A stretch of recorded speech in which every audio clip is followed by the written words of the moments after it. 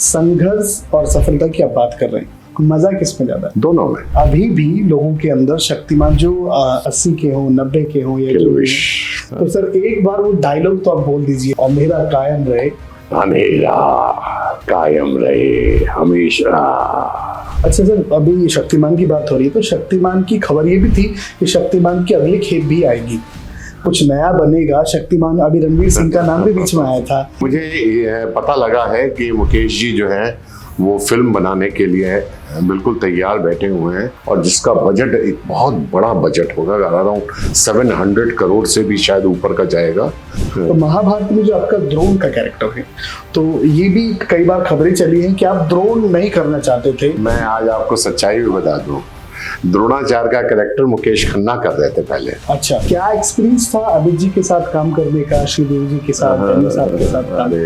वो तो इतने बड़े बड़े स्टारों के साथ काम करना, और हम तो टेलीविजन से आए हुए थे, और श्रीदेवी स्टार थी बहुत बड़ी, और अमिताभ बच्चन तो खैर सुपर स्टार थे उस वक्त। सवाल ये है कि आपने इतने सारे कैरेक्टर किए हैं, लोग तो आपको हर कैरेक्टर में पसंद करते हैं, आपको वो कौन सा कैरेक्टर है जो आपका सबसे अच्छा लगा? किल्विश, धनराज किल्विश। और क्या अभिनेता को नेता बनना चाहिए, क्यों, और अगर नहीं तो क्यों नहीं? कि जो कार्य तुमको आता ना हो उसको तुम करना मत, और मुझे लगता है कि मुझे राजनीति आती नहीं है। सर, कभी राजनीति में आने का मौका मिला या मिलेगा तो क्या करेंगे?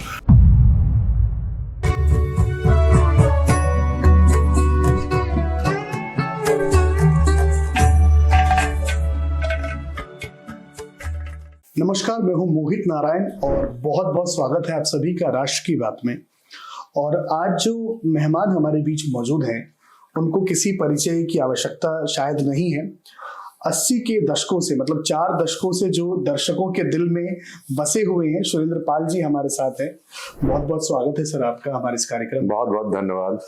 और आपके तो हम भी फैन है सर, बचपन से फैन है, आपको हमने शुरू से टीवी पे देखा है। बचपन में बहुत एक उत्सुकता होती थी कि कब 12 बजे और शक्तिमान आए और देखे हम। वैसे सर, पहला सवाल तो मेरा ये रहेगा कि आप उत्तर प्रदेश के लखनऊ से आते हैं जी, तो लखनऊ में अभी भी आना जाना है? क्योंकि बॉम्बे लोग जब शिफ्ट हो जाते हैं तो शायद अपनी जो घर होता है जहाँ से, वहाँ तो कुछ दूरी हो जाती है, तो अभी भी है उत्तर प्रदेश से लगाव? घर घर ही होता है, और घर से तो लगाव हमेशा ही होता है। भले ही महाराष्ट्र मेरी कर्म भूमि है जी, लेकिन धर्म भूमि तो मेरी उत्तर प्रदेश ही है।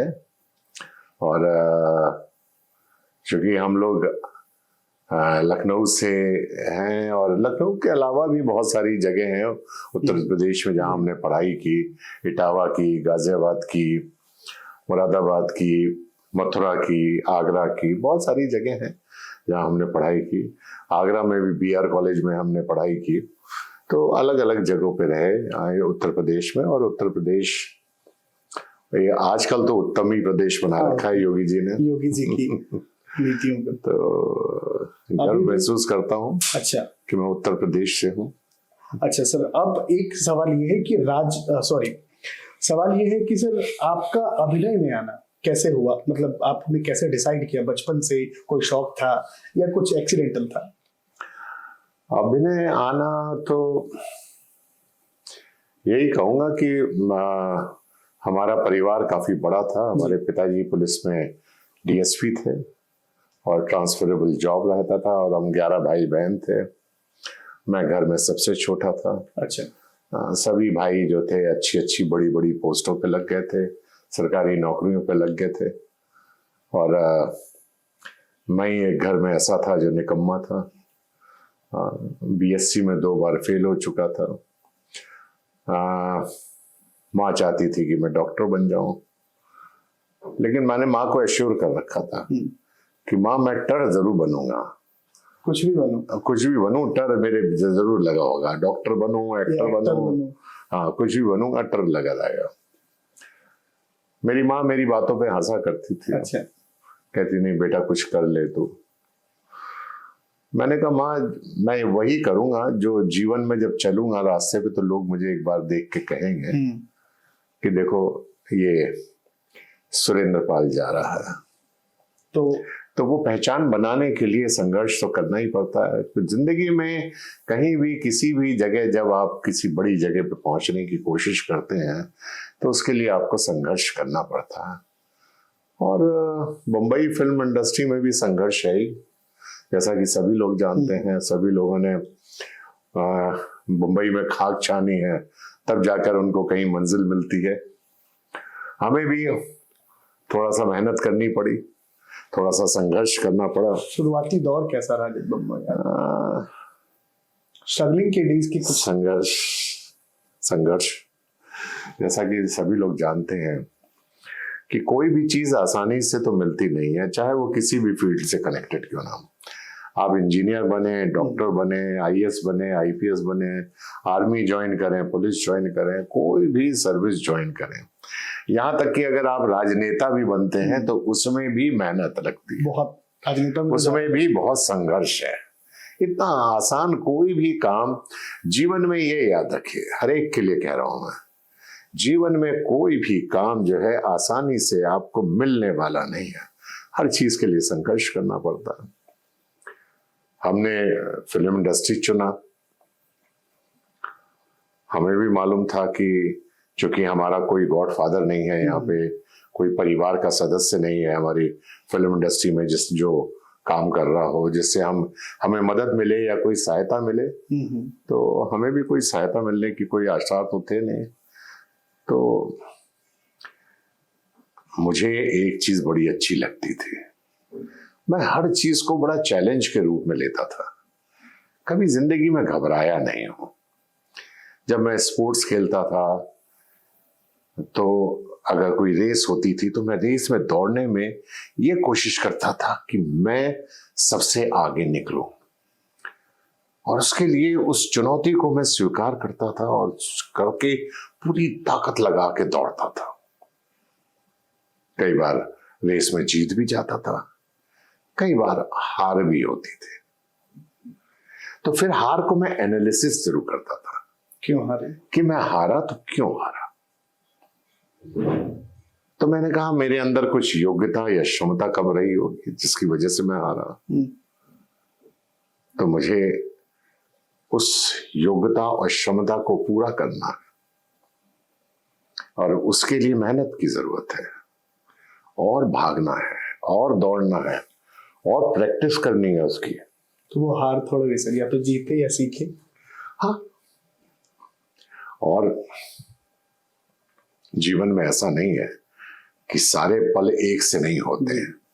संघर्ष और सफलता दोनों अलग चीजें हैं। सफलता आपको मिलती है थोड़े वक्त के लिए, लेकिन संघर्ष आपको बहुत लंबा करना पड़ता है उस सफलता को पाने के लिए। तो ये इतना आसान काम नहीं है कि आपने कोई चीज को सोचा और आपने कहा मैं संघर्ष करने लगा और कल को मिल गई, नहीं।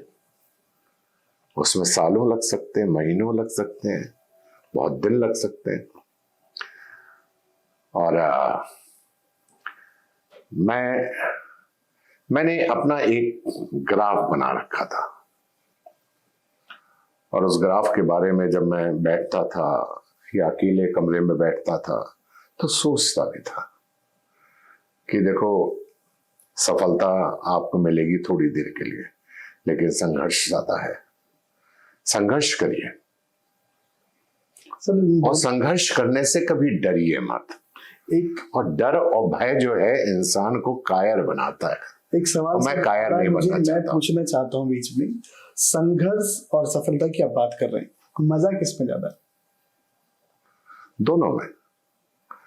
बिना संघर्ष के सफलता नहीं मिलती और बिना सफलता के संघर्ष नहीं। संघर्ष कभी कभी ऐसा भी होता है कि लोग रास्ते में टूटने लगते हैं, चलते में रास्ते में टूटने लगते हैं, संघर्ष के बीच में टूट जाते हैं। तो ऐसे में क्या करना चाहिए लोगों को, जब संघर्ष में ऐसा एक समय आ जाता है कभी कभी कि लोगों को लगता है शायद मैं सफल हो ही नहीं पाऊं?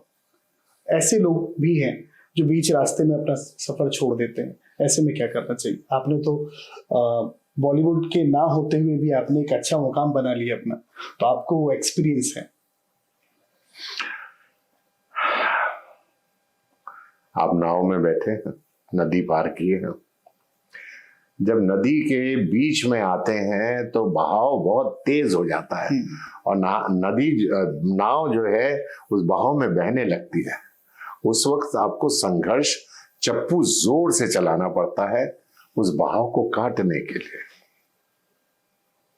और जब आप चप्पू जोर से चलाते हैं तब आपकी नाव थोड़ा सा आगे बढ़ती है, 1 इंच ही बढ़ती है, लेकिन फिर आप जोर जोर से चलाते हैं, उसको तेजी से चलाते हैं और फिर आप जो है उस भंवर में से, उस बहाव में उसको तोड़ते हैं और आगे बढ़ते हैं। जीवन भी उसी तरह है। जब आपको असफलता मिल रही है तब आपको आगे बढ़ने के लिए थोड़ी ताकत और लगानी पड़ती है और जोर लगाना पड़ता है आगे बढ़ने के लिए। तो नैया डगडोल होती है, ऐसा नहीं है कि नहीं होती है, नैया हिलती है। जीवन का एक ऐसा पड़ाव आता है जब आप लगता है मैं हार रहा हूं जी, मुझे लगता है मैं जीत नहीं पाऊंगा, ये इसमें सफलता नहीं मिलेगी मुझे। ऐसा दौर आता है, हर एक के जीवन में आता है। एक आईएएस ऑफिसर करने वाला जब आईएएस की पढ़ाई कर रहा होता है तो उसे कई बार लगता है कि शायद मैं आईएएस में सफल ना हो पाऊं, शायद मैं फेल हो जाऊंगा। लेकिन यदि आदमी अपनी दृढ़ता और अपनी मजबूती को पकड़े रखेगा तो आगे बढ़ेगा। हमने भी ऐसे ही सोचा था कि जैसे आपने कहा नैया डोलती है तो उस वक्त आदमी को क्या लगता है, उन दोनों के बीच में आप अपने आप को कैसे बैलेंस करते हैं। बैलेंस क्या करना, आगे बढ़ना, आगे की सुध ले, बीती बात विचार के आगे की सुध ले। तो हम भी आगे के बारे में सोचते रहे, हमेशा जीवन में आगे के बारे में सोचते रहे, आगे बढ़ने के बारे में सोचते रहे। आगे कैसे, अगर हमने इंटरमीडिएट कर लिया है तो अब हमें बीए करना है, और अगर हमने बीए कर लिया है तो हमें एमए करना है, और अगर हमने एमए कर लिया है तो मुझे फिर पीएचडी भी करना है। वही सफलता है। अच्छा सर, आपके साथ बात हो और शक्तिमान की बात ना हो, ऐसा तो हो ही नहीं सकता। एक बहुत मतलब अभी भी लोगों के अंदर शक्तिमान जो 80 के हो, 90 के हो, या जो सम्राट तमराज किलमिश, आपका वो किरदार अमर है और अमर ही रहेगा। तो सर एक बार वो डायलॉग तो आप बोल दीजिए हमारे इस पॉडकास्ट में कि अंधेरा कायम रहे, तो वो डायलॉग। अंधेरा कायम रहे हमेशा, शक्तिमान आज तक तुमने मेरा असली चेहरा नहीं देखा है, लेकिन आज मैं तुम्हें अपना असली चेहरा दिखाऊंगा। बहुत बहुत धन्यवाद सर। अच्छा, अभी ये जो आपका कैरेक्टर था सर, इतना यूनिक था, और इसके बारे में कुछ कहानी है सर कि जो अंधेरा कायम रहे डायलॉग जो है, इसके बारे में कोई कहानी, कोई सी स्टोरी जो इंटरेस्टिंग? जब मैंने शक्तिमान, मैं मुकेश जी के पीछे बहुत पड़ा हुआ था और मैं हमेशा उनसे कहता था कि मुझे आपके इस शो में विलन का रोल मुझे दे दो, विलन मुझे दे दो, विलन मुझे दे दो। तो वो कहते थे कि ये विलन इतना मजबूत रोल है, इतना स्ट्रॉन्ग रोल है कि इसे कोई आम एक्टर नहीं कर पाएगा, इसे सिर्फ एक एक्टर कर सकता है और उस एक्टर का नाम है अमरीश पुरी। अच्छा। तो मैंने मुकेश जी से कहा, मुकेश जी किसी को दोगे नहीं तो करेगा कैसे, आप किसी और एक्टर को भी तो ट्राई करिए जी। हो सकता है कि मैं उतना बड़ा कलाकार नहीं हूं जहां अमरीश जी खड़े हुए हैं, लेकिन उनके आसपास 19-20 तो पहुंच ही जाऊंगा कहीं ना कहीं करने से। नहीं अमरीश पुरी जी करेंगे। बट किसी कारणवश उन्होंने, अमरीश जी ने मना कर दिया कि भाई मेरे पास समय का अभाव है और मेरे पास फिल्में बहुत ज्यादा है और मैं जो है ये शो नहीं कर सकता हूँ। फिर उनके सामने कोई ऑप्शन नहीं बचा था, तो एक दिन मेरे से बोले तुम क्या करोगे बताओ। मैंने कहा आप मेरे ऊपर थोड़ा सा छोड़िए, मैं देखिए क्या क्या कर सकता हूँ। तो उन्होंने बोला कि एक नाक लगाएंगे तुम्हारे लिए यहाँ, अच्छा, आर्टिफिशियल। मैंने कहा ठीक है लगाएंगे। लेकिन उसके बाद मैंने अपने बाल हेयर स्टाइल को चेंज किया, मैंने भवें चेंज की, मैंने दांतों में गम लगाया। गम लगाना बहुत डिफिकल्ट होता था। वो गम दांतों में लगाते थे और फिर उन दांतों को काला करना, काला पेंट लगाते थे। अब सोचिए, दांत आपने दांत लगा तो लिए हैं और गम लगा लिया है, लेकिन वो गम जो है आपके मुंह में आ रहा है, आपको उसका टेस्ट आ रहा है। जो पेंट लगा रहे हैं उसका टेस्ट आपकी टंग पे आ रहा है। डायलॉग डिलीवर के टाइम पे आपको नेल्स लगाने थे लंबे लंबे, जो लंबे नेल्स लगाने के लिए फेविकोल लगाना पड़ता था हाथों में। फेविकोल से वो नेल्स लग के रहते थे, और इतने बड़े नेल्स से कि कई बार मुझे अपनी पर्सनल प्रॉब्लम्स में प्रॉब्लम हो जाती थी कि नेल्स के साथ मैं अपने हाथों को किस तरह से, खाना कैसे खाऊं। कई बार खाना आता था तो मैं ज्यादातर चीजें जो था स्ट्रॉ लगा के पीता था, पानी भी पीता था तो स्ट्रॉ लगा के पीता था, इतनी प्रॉब्लम्स हो जाती थी। कई बार चीजों कैरेक्टर करने के लिए कई बार आपको बहुत सारी चीजें सेक्रीफाइस करनी पड़ती हैं। और शक्तिमान, फिर मैंने जब उसको गेटअप को पूरा गेटअप किया, वाइट मेकअप किया, बहुत कुछ उसमें एडिशंस किए हमने। और अपने को मोटा देखने के लिए मैंने रुई का गद्दा बांधा यहाँ पे, बहुत मोटा लगने के लिए, ताकि मैं थोड़ा सा अनयूजुअल लगूं, हाँ थोड़ा ज्यादा। वो भी किया मैंने उसके लिए। और फिर मैंने पहला सीन शूट किया। मेरे डायरेक्टर थे कुकू खन्ना जी, जो सुभाष घई के चीफ असिस्टेंट थे, और बहुत ज्ञानी आदमी था, मैं कहूँगा बहुत अच्छे आदमी थे। और हमारा कैमरामैन बहुत अच्छा था,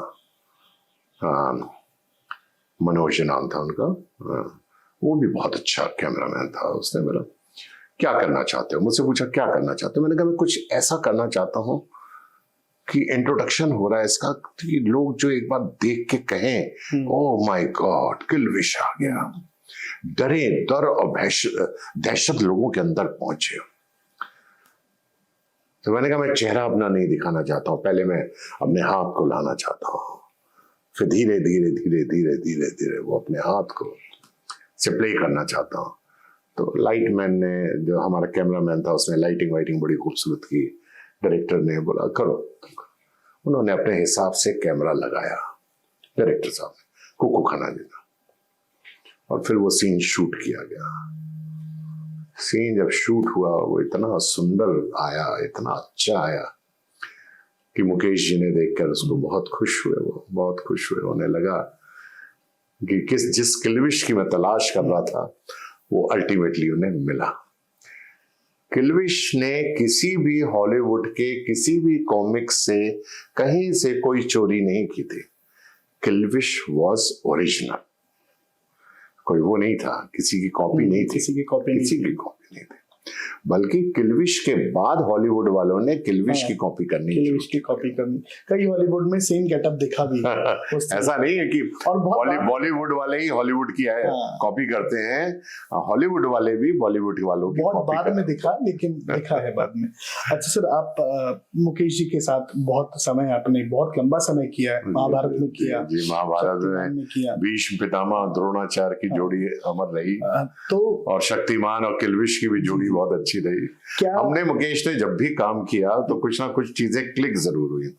मुकेश जी के बारे में मैं यही कहूंगा कि he is a wonderful actor, और मैं उनका बहुत बड़ा प्रशंसक हूं, बल्कि बहुत वो, उनको मैं बहुत लाइक करता हूं और उनको बहुत एडमायर करता हूं। बहुत आउटस्पोकन मैन है वो, कभी किसी से डरते नहीं है, कभी किसी से बोलते वक्त कभी घबराते नहीं हैं, और वो अपनी बात को बेबाक तरीके से कहते हैं दुनिया में, चाहे वो किसी को अच्छी लगे या ना लगे। वो बिंदास आदमी है और मुझे बहुत अच्छे लगते हैं वो। और मेरी उनके साथ दोस्ती आज भी बनी हुई है, और मैं चाहूंगा कि हमेशा ही हमारे दोनों के बीच में इसी तरह दोस्ती बनी रहे। और बल्कि हम यूं कहेंगे कि जिस तरह शोले में अमिताभ बच्चन और धर्मेंद्र की दोस्ती बनी रही, वैसे ही हमारी और मुकेश खन्ना की दोस्ती शक्तिमान में बनी रही।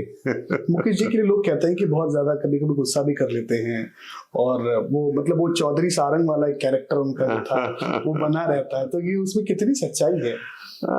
नहीं, मुझे नहीं लगता। वो बहुत बहुत ही सेंसिटिव एक्टर हैं, बहुत सोच समझ के काम करते हैं और किसी के बारे में कभी कोई गलत बात नहीं करते हैं, निगेटिवनेस नहीं है उनमें, बहुत पॉजिटिव इंसान है वो और बहुत सरल है। मैंने आज तक कभी नहीं देखा कि उन्होंने अपने किसी फैंस को या किसी कोई उनके पास आया हो फोटो खिंचाने के लिए तो उन्होंने किसी को मना किया हो या किसी का कैमरा उठा के फेंक दिया हो या किसी को डांटा हो, ऐसा नहीं हो। मैंने कभी नहीं देखा उनके बारे में। मैं तो उनको बहुत सरल इंसान के रूप में जानता हूँ।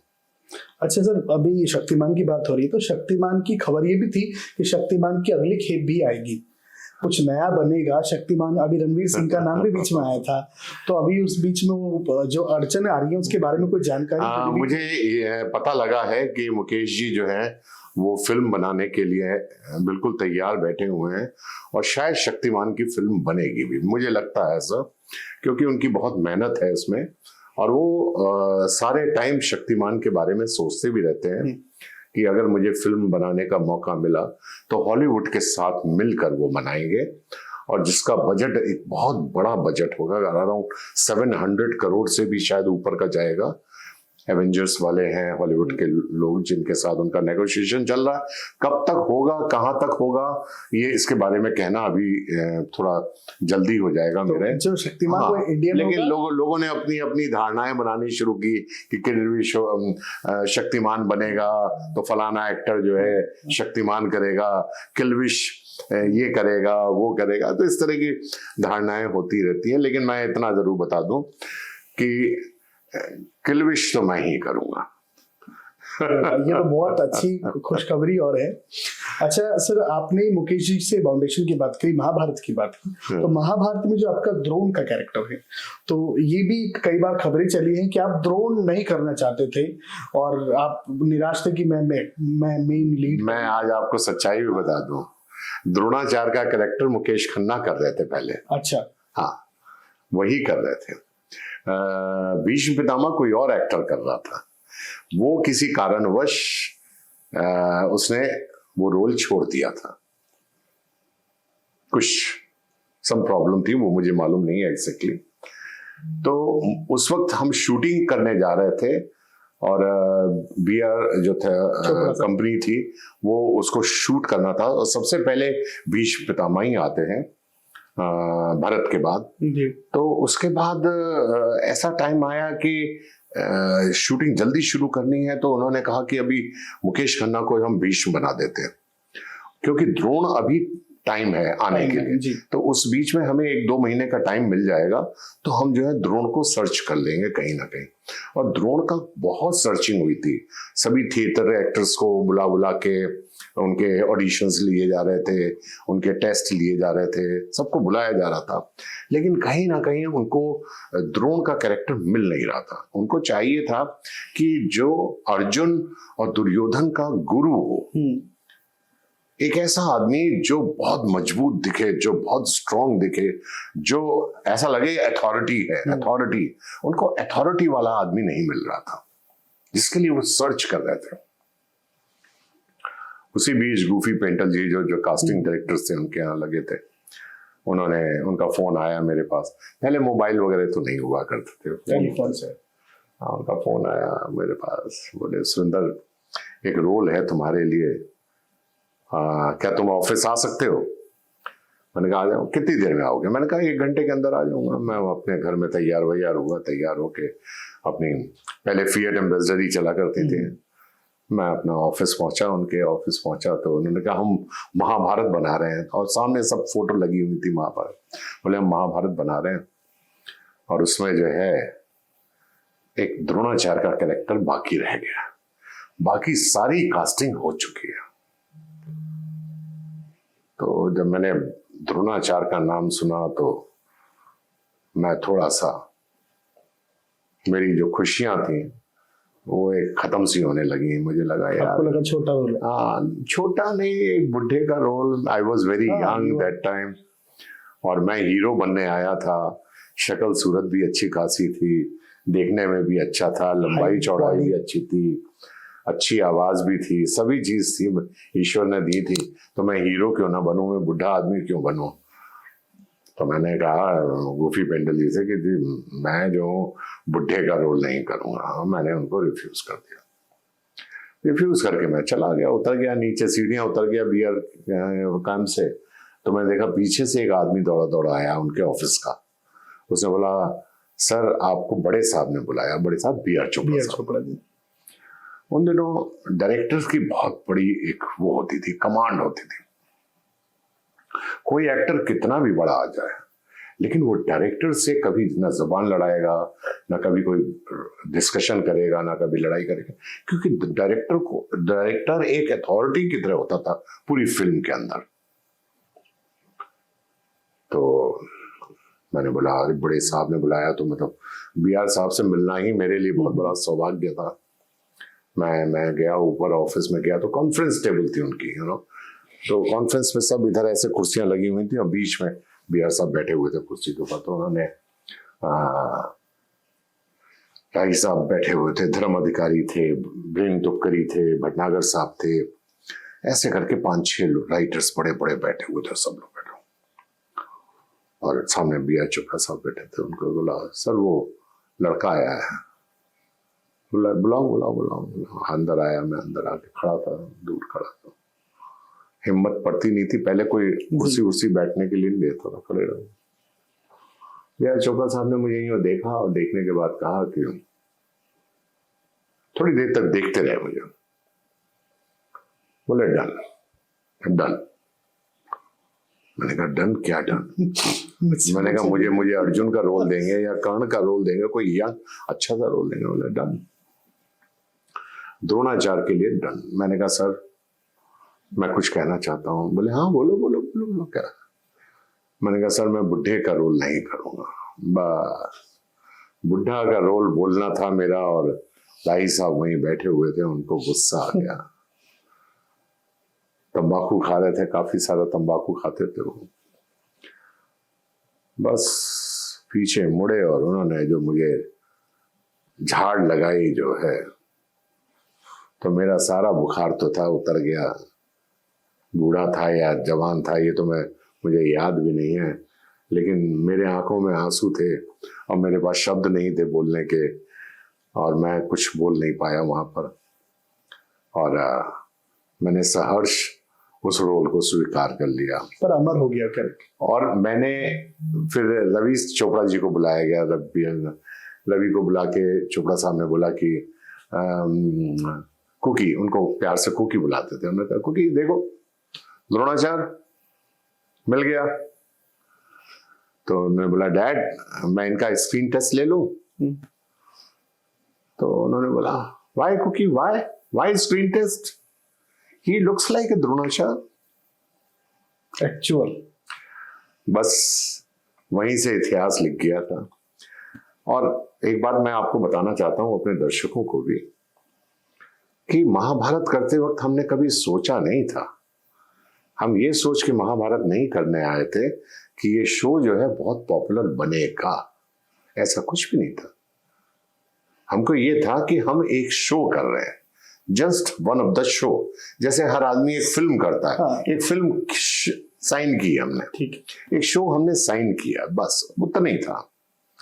और हमें ऐसा भी लगने लगा था कि यार बहुत तंगी के दिन चल रहे हैं, चलो इसी शो के बहाने हमें थोड़ा सा अपना बुरा वक्त जो है, टाइम है, वो पास हो जाएगा, ये सोच के हमने कर लिया अपना।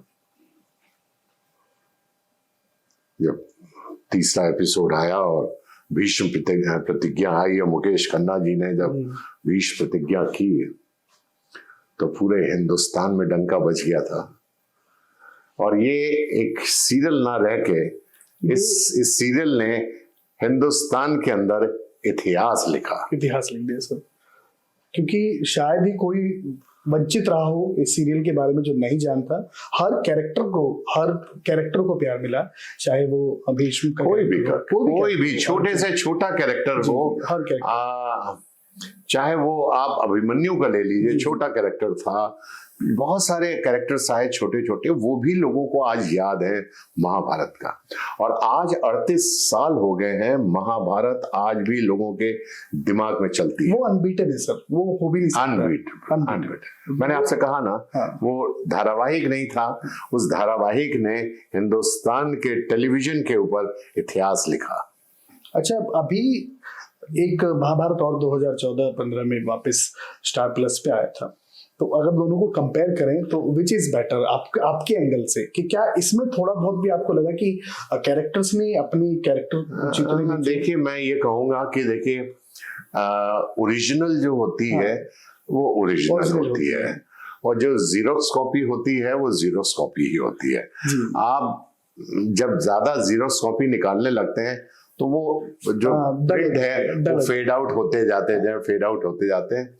उसी तरह वो सीरियलों के बारे में भी मैं कहूँगा, महाभारत बहुत बार बनी, बहुत बार टेलीकास्ट भी हुई है, बहुत बड़े बड़े लोगों ने बनाई महाभारत, लेकिन वो करिश्मा नहीं हो पाया जो पहली महाभारत ने हिंदुस्तान में दिखाया, जो लोगों के दिलों में बैठ गई। आज भी मैं कहता हूं, आज 38 साल भी जब मैं किसी को मिलता हूं तो लोग मुझे मेरे नाम से नहीं पहचानते हैं, नहीं कहते हैं सुरेंद्र पाल सिंह बैठा हुआ, लोग कहते हैं द्रोणाचार्य बैठे हुए हैं। हाँ, तो ये जो पहचान हमको मिली वो उस कैरेक्टर से मिली। उसके बाद भी आपके बहुत कैरेक्टर। जी। और मैं कहता हूं, मैं अपने आप को भाग्यशाली मानता हूं इस बारे में कि हिंदुस्तान में हमें हमारी पहचान जो है एक कैरेक्टर से होती है। बहुत कम कलाकार हैं जिनकी, मैं ये कह सकता हूँ गब्बर सिंह है जैसे, अमजद खान साहब जी, उनकी पहचान एक कैरेक्टर से हुई, जो डाकू का कैरेक्टर उन्होंने निभाया। बहुत सारे ऐसे कैरेक्टर्स होते हैं, जैसे अरुण गोविल जी हैं, उनकी हुई राम से हुई, मुकेश खन्ना की हुई भीष्म पितामह, लेकिन उनकी शक्तिमान से भी पॉपुलैरिटी बहुत बढ़ गई उनकी। अच्छा, आपने बाद में जो देवों के देव महादेव में कैरेक्टर किया दक्ष प्रजापति का, वो कैरेक्टर भी अमर है, और उसमें बिल्कुल ऐसा लगता है कि कोई हम टीवी सीरियल नहीं देख रहे हैं, it is actual story, and और दक्ष ऐसे ही दिखते होंगे और ऐसे ही बोलते होंगे, ऐसा लगता है मुझे। मैं व्यक्तिगत बता रहा हूँ, मुझे भी लगता है कि शायद वो इसी तरीके से करते होंगे। तो ये कहाँ से? देखिए, द्रोणाचार्य के बारे में मुझे बहुत ज्यादा पता नहीं था, जानकारी नहीं थे, और किल्विश के बारे में भी मुझे कोई जानकारी थी नहीं। लेकिन जब मैंने उस कैरेक्टर को किया और उसको निभाया पूरी तरह से, उसमें डेडिकेशन और अपना समर्पण दिया, तो वो कैरेक्टर निखर कर आया, बाहर निकल कर आया, लोगों के सामने प्रस्तुत किया गया। तो एक उसकी एक अलग छाप पड़ी दुनिया में, लोगों के ऊपर, बच्चों के ऊपर, बड़ों के ऊपर, और आज तक लोग उस चीज को याद करते हैं। आज तक मैं फॉरेन में जाता हूँ, अमेरिका, लंदन, जर्मनी वगैरह, जब कहीं जाता हूँ तो मैं देखता हूँ यंगस्टर्स जो हैं, जो इंजीनियर, डॉक्टर्स, बड़े, वो लोग आज भी किल्विश को याद करते हैं। बिल्कुल याद करते, क्योंकि जब वो छोटे बच्चे थे तब उन्होंने किल्विश को देखा। किल्विश उनका हीरो होता था, शक्तिमान उनका हीरो होता था। किल्विश और शक्तिमान वो उनके बचपन के हीरो हुए। कभी कभी तो दो दोस्तों में ऐसा होता था कि यदि आप शक्तिमान अपने आप को बता रहे हैं देन आई एम किल्विश, और उसके बाद वो प्ले भी करते थे आपस में। ऐसी भी स्टोरीज हैं बचपन की जो आप बड़े हो गए हैं, वो आपसे जब भी मिलते होंगे। मैं खुद अपने आप को बड़ा सौभाग्यशाली मान रहा हूँ कि आपसे मिलना, क्योंकि आप इसी तरह मुझे जब दक्ष का रोल मिला तो दक्ष के बारे में मुझे ज्यादा जानकारी नहीं थी। हमारे जो प्रोडक्शन हाउस था उसने दक्ष का कॉन्सेप्ट रखा हुआ था, तिरुपति के जो पंडे होते हैं ना, हाफ टकले, हाफ यहाँ से शिखा निकली हुई, पेट आगे निकला हुआ, वो उस तरह का कोई कॉन्सेप्ट था उनका। और मैं किसी की नकल करने पे विश्वास नहीं करता था। मैंने कहा जो भी चीज बनाऊंगा ओरिजिनल करूंगा। तो अब मैंने उनसे मना भी किया, मैंने कहा मैं वैसा गेटअप नहीं करूंगा, मना कर दिया। उन्होंने बोला आप क्या सोच रहे हो? मैंने कहा मैं कुछ नया कुछ सोचता हूँ। क्या सोच रहे हैं? मैंने कहा मैं लगाना हो शिखा लगाऊंगा, लेकिन मैं अपने ओरिजिनल बाल रखूंगा। और मैं उसको जेल वेल लगा के, मैंने उसको चिपका के, बालों को जेल लगा के, उन्होंने बोला थोड़ा मुझे पेट चाहिए आपका, थोड़ा मोर हैवियर साइड, जैसे पृथ्वीराज कपूर थे अपना मुगले आजम में, तो उसी तरह का बड़ा, और जो चाल चाहिए तुम्हारी ये चाहिए मुझे दक्ष की, रौबदार। मैंने कहा देखिए मैं किसी की कॉपी तो नहीं करता, लेकिन मैं कोशिश प्रयास जरूर करूंगा कुछ नया करने के लिए, कुछ अच्छा करने के लिए। और जब पहले दिन शूटिंग हुई, जब पहले दिन मुझे घुटने की काफी तकलीफ थी उन दिनों, और मुझे चलने वलने में बड़ी तकलीफ होती है, लेकिन पता नहीं कहाँ से दक्ष प्रजापति की कृपा हुई, ऊपर से महादेव जी की कृपा हुई कि उन्होंने मुझे शक्ति दी, ताकत दी, और उस कैरेक्टर को करने में मेरे को बहुत सहायता मिली। और कहाँ से आती थी एनर्जी मेरे अंदर, कहाँ से आती थी शक्ति, वो मुझे भी नहीं मालूम है। आपने लेकिन मैंने जब उस रोल को किया और दर्शकों ने उसे सराहा, तो लोगों ने महादेव के साथ साथ ऐसा नहीं था कि मुझसे नफरत शुरू कर दी थी। अगर लोग महादेव जी के बारे में प्रशंसा करते थे तो दक्ष की भी प्रशंसा करते थे, कहते दक्ष करता बहुत अच्छा है, महादेव लगते बहुत अच्छे हैं। ये तो स्टार प्लस ने कहा है। जी जी जी। कहले दक्ष लगते, महादेव लगते बहुत अच्छे हैं और दक्ष करते बहुत अच्छा है। अच्छा, आपने जो भी धारावाहिक किए अभी तक, मेरे हिसाब से आप जिस भी धारावाहिक में थे वो सभी हिट हुए।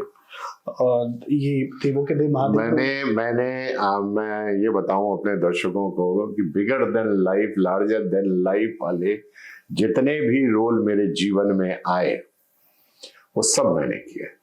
Maharana Pratap, Prithviraj Chauhan, Parshuram, Ravan, Drona, Bhishma Pitamah, Shaktimaan, Kilvish, killer, psychopath killer, इस तरह करके जितनी भी भूमिकाएं, राजा, किसी तरह की भूमिका हो, वो सब चैलेंजिंग रोल मेरे जीवन में मेरी झोली में गिरते गए और मैं काम करता रहा, यहाँ तक कि करीब 10,000 एपिसोड आज कंप्लीट कर चुका हूँ। और bigger than life, larger than life वाले जितने भी रोल अभी तक लिखे गए हैं वो सब करीब करीब कर चुका हूँ, और अपने आप को सौभाग्यशाली मानता हूँ कि मुझे टेलीविजन में वो काम करने को मिला जो शायद अगर मैं फिल्में करता तो शायद मुझे इतने अच्छे रोल नहीं मिलते जितने अच्छे मुझे टेलीविजन में मिले। अच्छा सर, अपनी फिल्म की खुदा गवाह, जी जी, मैं उसका जिक्र इसलिए कर रहा हूँ क्योंकि उस फिल्म में आपका जो कैरेक्टर था वो एक लीड कैरेक्टर के बराबर ही समझिए, क्योंकि आप जो कैरेक्टर प्ले कर रहे थे वो श्रीदेवी के लवर के तौर पे आप जी जी थे। जी, हुमायूं। हाँ, तो श्रीदेवी लवर, क्या एक्सपीरियंस था अमित जी के साथ काम करने का, श्रीदेवी जी के साथ, डैनी साहब के साथ काम? वो तो इतने बड़े बड़े स्टारों के साथ काम करना, और हम तो टेलीविजन से आए हुए, हमें हमारे साथ तो सब टेलीविजन में काम करने वाले छोटे छोटे कलाकार होते हैं सब, और इतने बड़े एक्टर के सामने खड़े होना, उनके सामने डायलॉग बोलना, वो भी मेरे लिए एक बहुत बड़ी चुनौती थी। और श्रीदेवी स्टार थी बहुत बड़ी, और अमिताभ बच्चन तो खैर सुपर स्टार थे उस वक्त। हाँ, लेकिन मैं अमिताभ जी की तारीफ करूंगा कि वो मुझे अपने साथ बैठाते थे, कुर्सी मंगा लेते थे, अरे भाई सुरेंद्र के लिए भी लाओ भाई कुर्सी, और वो उन्होंने इतनी सहजता से वो एटमॉस्फेयर बना रखा था अपने आसपास का कि कभी मुझे महसूस हुआ ही नहीं कि मैं इतने बड़े कलाकार के साथ काम कर रहा हूँ। कभी मैं कहता था कि उनसे कि एक रिहर्सल कर लें, बोले हाँ हाँ हाँ, रिहर्सल कर लेते हैं। और इतनी सरल और इतने अच्छे इंसान अमिताभ जी थे कि मुझे उनके साथ काम करके बड़ा मजा आता था, बड़ा एंजॉय करता था मैं उनके साथ। बल्कि मैंने एक फिल्म और भी की थी, अब तुम्हारे हवाले वतन साथियों, उसमें भी मैंने अमिताभ जी के साथ काम किया, और एक बार फिर से मेरा सौभाग्य मिला उनके साथ काम करने का। वो भी फिल्म बहुत बड़ी हिट हुई थी, और बहुत अच्छा एक्सपीरियंस रहा था। हम लोग खुदा गवाह की शूटिंग करने अफगानिस्तान गए थे, और उन दिनों भी वहाँ प्रॉब्लम तो थी, अफगानिस्तान में तो कभी शांति थी नहीं, तो वहाँ पे भी प्रॉब्लम थी। लेकिन अमिताभ जी ने बड़ी अच्छी बात कहा था, बड़ी अच्छी सी बात बोली थी मुझे। बोले देखो, जीवन का तो वैसे भी कोई भरोसा नहीं है, कई बार आदमी एक साइकिल से गिर जाता है, रिक्शे से गिर जाता है और उसकी मृत्यु हो जाती है, और कई बार आदमी पेड़ से भी गिरता है तो बच जाता है। तो जीवन है, ये तो जीवन है, चलता ही रहता है। अफगानिस्तान हम जा रहे हैं, हमें नहीं मालूम कि हम वहां से सुरक्षित वापस आएंगे कि नहीं आएंगे, ये जीवन है। तो इसलिए कभी किसी को डरना नहीं चाहिए कि कल क्या होगा। जब तक जीवन चल रहा है चलाते रहेंगे। और उनकी ये बात मुझसे, उससे एक हमको बहुत बल मिलता था, बहुत ताकत आती थी हमारे अंदर, कह रहे जो होना है हो जाएगा, डरना क्या किसी से। तो एंड बहुत अच्छा लगा, बहुत अच्छा एक्सपीरियंस रहा उनके साथ काम करने का, दो इतने बड़े स्टारों के साथ। और तीसरा स्टार उसमें डैनी जी बहुत अच्छे। Danny ji was a wonderful man. मैं तो कहता हूँ ऐसे कलाकार बहुत कम होते हैं।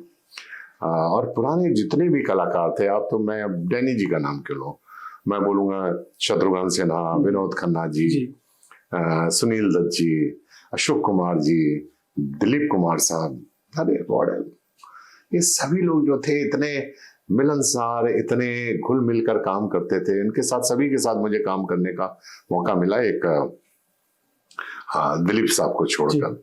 लेकिन हाँ, और दिलीप साहब की धर्मपत्नी सायरा जी ने एक सीरियल बनाया था स्त्री करके, उसमें मुझे काम करने का मौका मिला उनके साथ। तो काफी मेरा उनके साथ आना जाना, मिलना जुलना काफी रहता था, और बहुत कुछ सीखने को मिलता था उनसे। और उनकी बड़ी बड़ी किस्से कहानियां जो वो बैठ के अपने सेट के ऊपर सुनाया करते थे, उसमें भी हमें बड़ा अच्छा लगता था।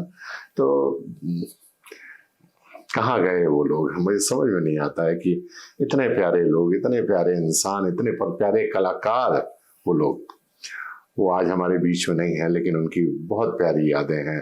अभी रिसेंटली हमें मनोज कुमार जी की न्यूज़ मिली थी, और मुझे उनके साथ एक मौका मिला था मिलने का, जब वो क्रांति की शूटिंग कर रहे थे नटराज स्टूडियो में, तब मैं उनसे मिला था। और बड़े ही आराम से वो शॉट लेते थे, क्या कंसीव करते थे शॉट को, कितने कूल थे सेट के ऊपर, कितने हर बड़े कलाकार को, इतने सारे उनके बड़े बड़े, दिलीप साहब थे, शत्रुघ्न सिन्हा था,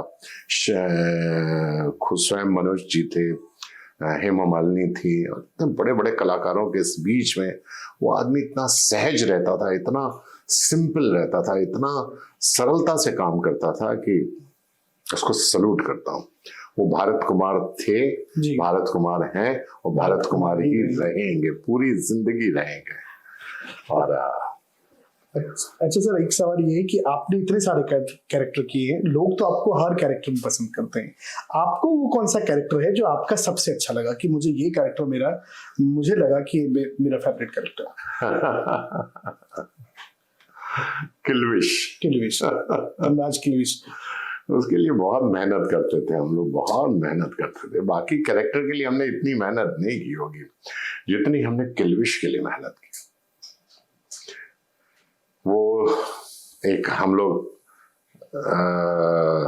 वो था अंडरग्राउंड स्टूडियो था जहाँ हम शूट करते थे, वहाँ लैंप लगाते थे उसके अपना मिट्टी के तेल की, वो सारे जलाते थे चारों तरफ, उसका धुआं काला काला जो होता था, क्योंकि मिट्टी के तेल में कार्बन बहुत ज्यादा होता था। वो हमारी आंख काली हो जाती थी, हमारी नाक के अंदर से काला काला वो निकलता था, उसका धुएं का जो चला जाता, मतलब आप सोचो हमारी टंग तक में वो आता था। मुझे तो लगता था कि जिस दिन मेरा पोस्टमार्टम होगा उस दिन मालूम पड़ा लंग्स में कार्बन ही कार्बन भरा पड़ा हुआ है ना। इतनी तकलीफ से मैं वो काम करता था, लेकिन जोश था, काम करने का जोश था। जब काम आता है, मैं बताऊं कलाकार के लिए, तो वो कभी किसी बात में सोचता नहीं है, अपनी जीवन मृत्यु के बारे में भी नहीं सोचता है। वो ये कहता है मेरी अगर जान कल जाती हो तो आज चली जाए सेट पे, मैं बहुत खुश होऊंगा कि यार मेरा जीवन जो है सेट के ऊपर में, मेरी मृत्यु भी आई है तो साली सेट पर आई है। तो आदमी इतना खुश होता है ना। काम में एक पूजा की तरह होता है। जब भी आप, मैं तो ये कहूंगा हर कलाकार के लिए कहूंगा कि जब भी आप किसी सेट पे जाते हैं तो हमेशा ये सोच कर जाइए कि आज मैं मंदिर जा रहा हूं, कर्म ही पूजा है, कर्म ही पूजा है। और आप मंदिर समझ के जाइए कि कर्म ही पूजा है, और आप पूजा करने जा रहे हैं, मंदिर में जा रहे हैं, और मंदिर जो है आपको हमेशा आपको अच्छी चीजें देता है। अच्छा सर, अब एक्टिंग से थोड़ा मैं आपको दूर लेके आता हूँ। अभी है भी कि ये जो राजनीति चल रही है, उत्तर प्रदेश में आप हैं, उत्तर प्रदेश में अभी भी हम बैठे हुए हैं, और राजनीति की बात ना हो तो ये तो असंभव जैसा है। उत्तर प्रदेश की राजनीति भी पूरे देश में चर्चा का विषय है, योगी जी चर्चा के विषय है। एक्टर्स बाद में अभिनेता जो है नेता बनते हैं, तो ये कहाँ तक सही है, और क्या अभिनेता को नेता बनना चाहिए, क्यों, और अगर नहीं तो क्यों नहीं? नहीं, आप ये ऐसा क्यों कहते हैं सिर्फ उत्तर प्रदेश में राजनीति होती है? मुझे तो पूरे देश के हर कोने में राजनीति दिख रही है, यहाँ तक कि दिल्ली में भी राजनीति दिखती है, हर जगह दिखती है। दिल्ली की राजनीति 27 साल बाद बदल गई है। हाँ, राजनीति के बारे में मैं फ्रैंकली बताऊं आपको, मुझे बहुत ज्यादा जानकारी नहीं है, और मेरी माँ ने मुझे एक बात सिखाया था कि जो कार्य तुमको आता ना हो उसको तुम करना मत। और मुझे लगता है कि मुझे राजनीति आती नहीं है, इसलिए मैंने कोई बहुत ज्यादा दिलचस्पी दिखाई नहीं। लेकिन कलाकार होने के नाते कलाकार का सिर्फ यही काम नहीं है कि वो सिर्फ एक्टिंग करे, उसका समाज के प्रति भी कुछ दायित्व है कि उसको समाज के लिए भी कुछ अच्छे कार्य करना चाहिए, ताकि हमारा समाज जो है शिक्षित हो, आगे बढ़े। अगर अच्छे लोग राजनीति में नहीं जाएंगे तो वही माफिया, बाहुबली, क्रिमिनल, इनका जमघट जो है वो राजनीति में इकट्ठा होता चला जाएगा। अच्छे लोग जो हैं इधर इधर आ जाएंगे, बुरे लोग इधर चले जाएंगे, हमारा समाज की जो छवि है वो खराब होनी शुरू हो जाएगी। इसलिए मैं कहता हूं कि नहीं, राजनीति में भी अच्छे लोगों का पदार्पण होना चाहिए। आईएएस ऑफिसर, डॉक्टर, एमएलए, कलाकार, पत्रकार, साहित्यकार, कथाकार, कवि, इन पढ़े लिखे लोगों को राजनीति में आना चाहिए, ताकि राजनीति की एक सुंदर छवि जनता के सामने जाए, लोगों के सामने जाए, और लोग जो हैं इस बात से अपने आप को गर्व महसूस करें कि हम जिनके अंडर में अपनी लाइफ को जी रहे हैं वो अच्छे लोग हैं। और आज मैं देख रहा हूं देश में कि परिवर्तन आ रहा है, परिवर्तन हो रहा है, और परिवर्तन होना चाहिए। आज देखिए कितनी सड़कें बनी हैं, कितने फ्लाईओवर्स बने हैं, बंबई की दुर्दशा बदल गई है, पूरा वो बदल गया है, कितनी मेट्रो रेल्स बन रही हैं, कितनी साधन, इंसान को कितने साधन दिए जा रहे हैं। एक सरकार ऐसी आई है जिसने देश में कायाकल्प किया है, जिसने देश के हित और देश के बारे में सोचा है, भारत की जनता के बारे में सोचा है, भारतवर्ष के बारे में सोचा है।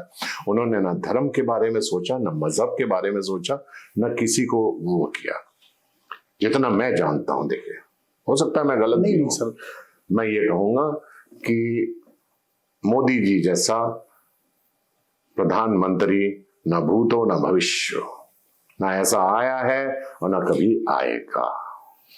मैं मोदी जी का बहुत अधिक प्रशंसक हूं, इसलिए नहीं हूं कि वो कार्य बहुत अच्छा कर रहे हैं, इसलिए हूं प्रशंसक कि वो देश हित में काम करते हैं, इसलिए मैं उनका प्रशंसक हूं। और बीजेपी में ज्यादातर लोग मैंने देखे हैं जो बहुत डिवोटेड हैं काम के प्रति और देश के प्रति हैं। मैं हर उस आदमी का साथ देना चाहता हूं जो देश को समर्पित है, जो देश के बारे में, जो भारतवर्ष के बारे में बात करता है, मैं उसके साथ हूं। कभी अगर आज मैं देखता हूं कि अपोजिशन जिस तरह से चिल्लाता है पार्लियामेंट में, और जिस तरह से क्रिटिसाइज करता है, जनता इतनी बेवकूफ नहीं है जो नहीं समझती है। जनता पढ़ी लिखी है, समझदार है, और उसको सब समझ में आ रहा है कि अपोजिशन का काम है चिल्लाना, बोलना, मौलवियों का काम है भड़काना, वो भड़काते रहते हैं लोगों को। क्या हम डिबेट नहीं देखते हैं? यहाँ हम डिबेट भी देखते हैं राजनीति की। और उसमें देखता हूँ एक फेवर में बोल रहा है, दूसरा उसके अपोजिशन में बोल रहा है, और तीसरा उसको भड़का रहा है दोनों को, और वो दोनों भड़क भड़क के बोल रहे हैं। आप एंकर्स की बात तो नहीं कर रहे कि भड़का रहा है वो? आप समझ रहे हैं मैं कहा किसके बारे में पंच लाइन बोल रहा हूँ। राहत इंदौरी साहब ने एक लाइन कही थी कि जो टीवी के डिबेट्स होते हैं, हाँ। उसमें चंद बंदर और एक मदारी होता है। तो शायद आप उसको रिलेट। मैं बंदर और मदारी की एग्जांपल नहीं देना चाहता था। मैंने राहत इंदौरी साहब की बात कही है, राहत इंदौरी साहब की बात कही, मैं अपने पक्ष से भी कुछ नहीं रख रहा। सर, कभी राजनीति में आने का मौका मिला या मिलेगा तो क्या करेंगे? सर, मुझे बहुत मौके मिले हैं, ऐसा नहीं है नहीं मिला। मुझे सोनिया जी ने 2 बार बुला चुके हैं। 2004 2009 में मुझे 2 बार MP का टिकट ऑफर हुआ है, और मुझे और भी पार्टियों ने, बहुत सारी पार्टियों ने मुझे ऑफर किया है MP का चुनाव लड़ने के लिए, लेकिन अभी आपके बहुत सारे राजनीति से मैं दूर रहना चाहता हूं। मैं नेता अभिनेता में, मुझे अभिनेता बनना ज्यादा पसंद है, नेता बनना नहीं पसंद है। मुझे ऐसा लगता है कि जो कार्य ईश्वर ने मुझे दिया है करने के लिए, कम से कम मैं उसे ठीक ढंग से कर तो लूं पहले। और मैं नेता इसलिए भी नहीं बनना चाहता हूं, जब मैंने हिंदुस्तान की जनता का दिल वैसे ही जीत लिया है, तो मुझे लड़ने की क्या जरूरत है। सही बात है, क्योंकि आपके बहुत सारे जो साथी हैं, राज बब्बर साहब आए, राजनीति में आए, बहुत लोग हैं जिनको अच्छा लगता है वो करें। अभी आप आगरा मथुरा की बात कर रही है, वहाँ की सांसद भी हमारी हेमा मालिनी जी हैं, और मथुरा की, और उसके अलावा और भी बहुत सारे कलाकार हैं जी बहुत सारे जो हैं, अभी राजनीति में हैं, एक्टिव हैं, अभी भी हैं और अच्छा भी कर रहे हैं। जी बहुत सारे हैं। विनोद खन्ना है, शत्रुघ्न सिन्हा है, सुनील दत्त साहब थे, सभी लोग बड़े अच्छे और बहुत अच्छा उन्होंने कार्य किया अपने जमाने में, बहुत अच्छा कार्य किया उन्होंने, और मुझे गर्व है उन लोगों पे, चाहे वो किसी भी पार्टी से हो, लेकिन उन्होंने देश हित के बारे में बात की है, और देश के हित के बारे में उन्होंने सोचा है, और मैं हर उस आदमी के साथ खड़ा हूं जो देश हित में बात करता है। अच्छा सर, ये जो नई इंडस्ट्री आई है फिल्म की, आपने पुरानी वाली देखी है, 80 का दशक देखा है, 90 का देखा है, और अब ये नई वाली देख रहे हैं, फर्क क्या है?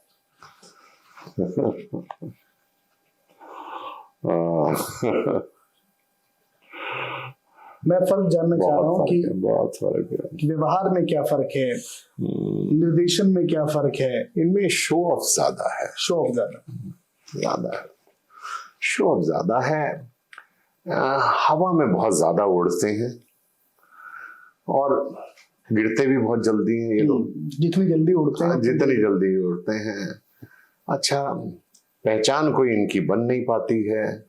ये नहीं है कि फलाना वेब शो किया था उससे इनकी पहचान बन गई, कुछ 2-4 कलाकारों की बनी है, बाकी 80% तो लोगों की पहचान बनी ही नहीं है। और जो जमीन पे नहीं चलते हैं ये लोग, ये हवा में बहुत उड़ते हैं। आप किसी से मिलने जाइए, हमारे मैनेजर से अपॉइंटमेंट लेकर आइए, हमारे इससे वो लेकर आइए, फोन करके आइए, ये करके आइए। किसी ने मोबाइल से कहा सर एक फोटो खींच लें, तो फोटो नहीं खिंचवाएंगे, भगा देंगे, धक्का मार देंगे किसी को, अपने चाहने वालों को। लेकिन पहले ऐसा नहीं होता था, पहले ऐसा नहीं था। उनमें पहले लोग मधुरता बहुत थी, पहले के लोगों में प्यार बहुत था, खुलूस बहुत था। धर्मेंद्र जैसा आदमी नहीं हो सकता, मैं तो ये कह सकता हूँ। भगवान ने उनकी उम्र को और लंबी बनाए, और बहुत अच्छे आदमी, मेरे लिए तो भगवान जैसे थे धर्म जी। इतने प्यारे इंसान, इतने मतलब खूबियों का भंडार थे धर्मेंद्र जी। सुनील दत्त जी वो खूबियों का भंडार थे, शत्रुघ्न सिन्हा जी खूबियों के भंडार। ये लोग ऐसे लोग थे कि मतलब मैं इनके बारे में जितना बोलूं कम है, मेरे पास शब्द नहीं, मैं शब्द कम पड़ जाते हैं उनके बारे में बोलते बोलते। हर चीज के बारे में बोल सकता हूँ। अरे जब हम जाते थे लंच टाइम पे, तो वो हमें अपने साथ बैठा के खाना खिलाते थे। अरे सुरेंद्र को कहाँ है, बुलाओ। तब मैं कोई स्टार नहीं था, तब मेरी कोई फिल्म नहीं आई थी, तब मेरा कुछ नहीं था, मैं एक स्ट्रगलर था। तो ये लोग मुझे अपने साथ बैठ के खाना खिलाते हैं। कई बार शत्रुघ्न सिन्हा साहब ने अपनी मर्सिडीज में बैठा के मुझे सेट पे छोड़ा। कई बार मैंने बोला जी मैं लोकल ट्रेन से जाऊंगा, बोले नहीं मैं तुम्हें छोड़ दूंगा। अरे वो घर में खुद उतर जाते थे, फिर गाड़ी वाले को बोलते थे जाओ छोड़ के आओ घर पर। आज कोई स्टार होगा जो अपनी मर्सिडीज से किसी स्ट्रगलर को देगा कि जाओ छोड़ के आओ उसको? नहीं देगा। ईगो लेवल जाता है थोड़ा सा। ईगो लेवल है, ईगो है बस आज का, और तो कुछ है नहीं है। खोखलापन ज्यादा है। कोई फेवरेट है? अब देखिए, मैं तो ये कहूंगा कि आज बहुत सारे बड़े बड़े स्टारों की भी देखता हूँ, हिंदी फिल्में जो है 60% फ्लॉप है, 40% चल रही हैं। मुझे प्रोड्यूसर्स ढूंढने पड़ते हैं कि कौन से अच्छा प्रोड्यूसर है जिसकी 4 फिल्में सुपरहिट हुई हैं। नहीं, कोई नहीं मिलता ऐसा। साउथ में फिल्में के ऊपर काम करते हैं, मेहनत करते हैं वो लोग, और वर्क करते हैं और आगे बढ़ते हैं। देखिए, उनकी फिल्मों में एक नयापन है, एक ओरिजिनल कहानी, स्टोरी बहुत मजबूत होती है और नयापन है, न्यू होती है और नयापन है, इसकी वजह से बहुत अच्छे चलता है। अभी तो सर कोई फिर आपका फेवरेट नहीं है? नए कलाकार जितने आए हैं, अभी कोई ऐसा कलाकार हो जो आपको अच्छा लगता है, हाँ ये अच्छा कर रहा है? नहीं भाई, ये तो मैं कहूंगा कि कलाकार हैं अपने पास, बहुत अच्छे अच्छे कलाकार। अभी तो कुछ ऐसे भी हैं जो बॉलीवुड से नहीं थे, आउटकमर्स आए हैं और अच्छी हिट्स दे रहे हैं। बॉलीवुड से, जो बॉलीवुड के बैकग्राउंड से नहीं थे, जिनके परिवार वो नेपोटिज्म का, कंगना जी बताते हैं। नेपोटिज्म का नहीं है ऐसा कुछ, ना, मेहनत करते हैं। नहीं, मैं इसका बहुत बड़ा फैन हूँ, ऋतिक रोशन का। ऋतिक रोशन बहुत मेहनत करता है, बहुत मेहनत। मैंने आमिर खान साहब को बहुत मेहनत करते हुए देखा, मैंने शाहरुख को देखा है, मैंने काम करते हुए सेट के ऊपर, बहुत मेहनत करते हैं ये लोग। और मुझे ये भी पता लगा है, मैंने सलमान खान साहब को कभी देखा तो नहीं, उनके ना कभी सेट पे गया हूं, लेकिन मैंने जब उनको देखा वर्कआउट करते हुए, वो 2-2 घंटे जिम में फाइट, एक्शन, अपनी जॉगिंग, वो सब चीजें बड़ी प्रैक्टिस करते हैं, और तब जाके वो आज उनकी इतनी अच्छी पर्सनालिटी है, इतना अच्छा लुक है उनका। He looks young.